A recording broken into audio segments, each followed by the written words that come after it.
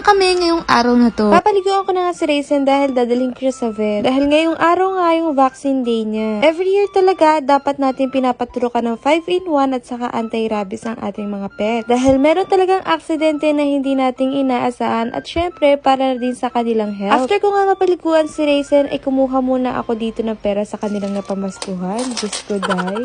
Nilagyan ko na nga din pala siya sapatos kasi baka makalmot ako. Diyos ko, day, kararating lang namin sa vet, ay galit na agad siya kay Doc. Hahawakan lang sana siya ni Doc, tapos sabi ni Doc, ano ba yan? Ba't nangangagat? Diyos ko, day. Sabi nga ni Doc, kapag naririnig na nga daw yung boses niya, ay natatakot na yung mga aso. Diyos ko, day. Simula nga nung nag-1-year-old si Raisin, ay takot na talaga siya magpaturo. Kaya ako na lamang yung nahihirapan kasi napakalikot niya. Diyos ko, day. Sa sobrang talino ni Raisin, ay hindi mo talaga siya mauuto. Sabi nga ni Doc, ay huwag kang tumingin nang hindi ka matakot. Dinaig pa kasi talaga nito yung tao kung mag-isip. Diyos ko, day. Timbang nga muna bago turok ang dapat uunahin ni Doc. Ay kaso nga lang galito si Raisin, kaya naman turok muna inuna niya. Diyos ko, day. After 1 year nga, 1 kilo na naman ang tinaba ni Raisin. Sobrang takaw talaga niya ngayon, kaya naman idadiet ko na siya. 5-in-1 nga pala yung tinurok sa kanya, tapos after 2 weeks naman yung anti-rabies. At habang nga nagpapahinga si Raisin, ay akin naman kinulit tong si Kate. Sabi mo, hi Mami Janel. Eh, talaga naman.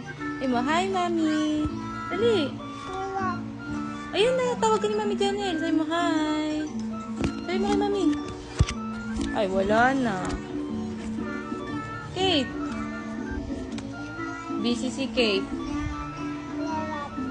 Susulat daw siya. Ala, pinakita pa.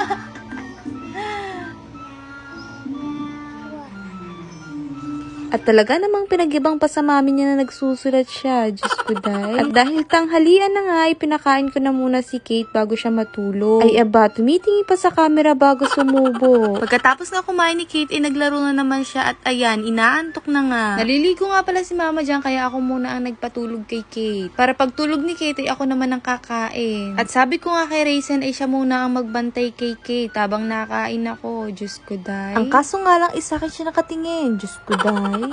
At nung hapon na nga ay dumating na si Rain. At makikita nyo nga to sa last video namin na sunod-sunod nga dumadating yung parcel namin. Kaya naman, isa-isay na natin buksan ito. Hindi ko na nga malaman kung ano ba ang uunahin ko sa mga parcel na ito. Diyos ko, day.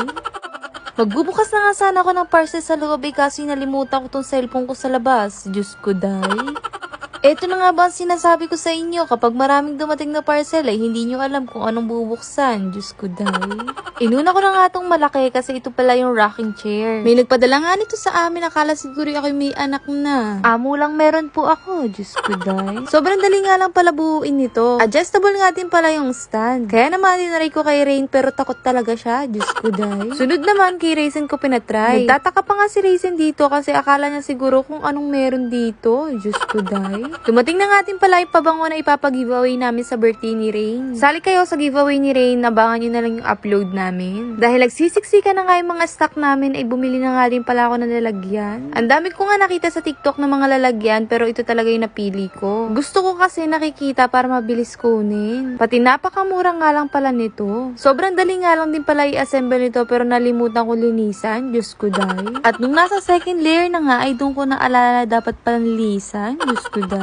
Kaya naman, inisa-isa ko na linisan pati yung mga hindi ko pa nalalagay. At pagkatapos ko nga malinisan ay buuin ko na. O diba, sobrang dali lang niya buuin. Pagkatapos ko nga buo ay inisa-isa ko na ang paglalagay doon sa mga stock na nagsisiksikan doon sa likod na yon. Diyos ko, day. Hindi ko na ipapakita yung buong video ng paglilipat ko ng mga gamit dahil ako'y full memory na. Diyos ko, day. Eto na nga pala yung kinalabasan. O diba, ang ganda. Click nyo na lang yung yellow basket or comment section.